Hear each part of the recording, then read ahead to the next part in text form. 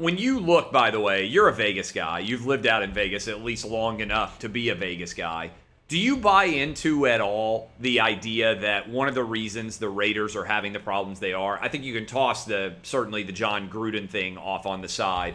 But Yep. when you look at Ruggs, when you look at having to release their first round draft pick at corner, is Vegas a storyline in those troubles to you?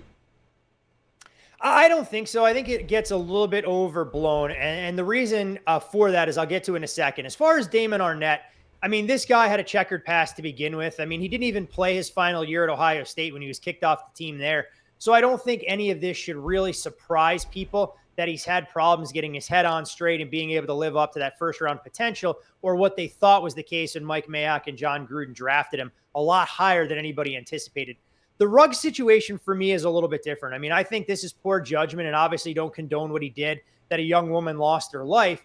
But sometimes you can get caught up in the lifestyle. And Ruggs was shooting videos in terms of driving sports cars ridiculously fast. I mean, there was stuff on his girlfriend's YouTube page as well. So that's as much being in the wrong place at the wrong time and making poor decisions that I think can happen anywhere in the National Football League.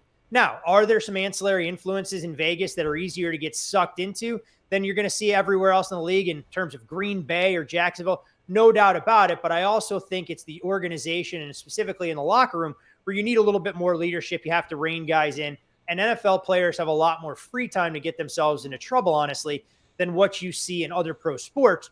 And the reason I bring that up is because when you look at the Vegas Golden Knights, they haven't gotten themselves into these kind of public situations. They haven't had to cut ties with players because they couldn't handle anything that went on away from the ice. There's no doubt there are some smaller stories there, and I'm not going to claim that everyone on that Knights roster since the inaugural season is squeaky clean, but nothing to the extent of what the Raiders are going through right now. So I think people who are looking to cast aspersions at Vegas unfairly do so. This is more emblematic of the Raiders culture, regardless of where this franchise has been, than I think Vegas as a whole. But I do believe that teams have to do their due diligence, because there are plenty of temptations here, more so than a lot of NFL, NHL cities, and maybe soon Major League Baseball and the NBA, that you have to be cognizant of to keep some of those faces of the franchise away and make sure the trouble doesn't find them at every turn.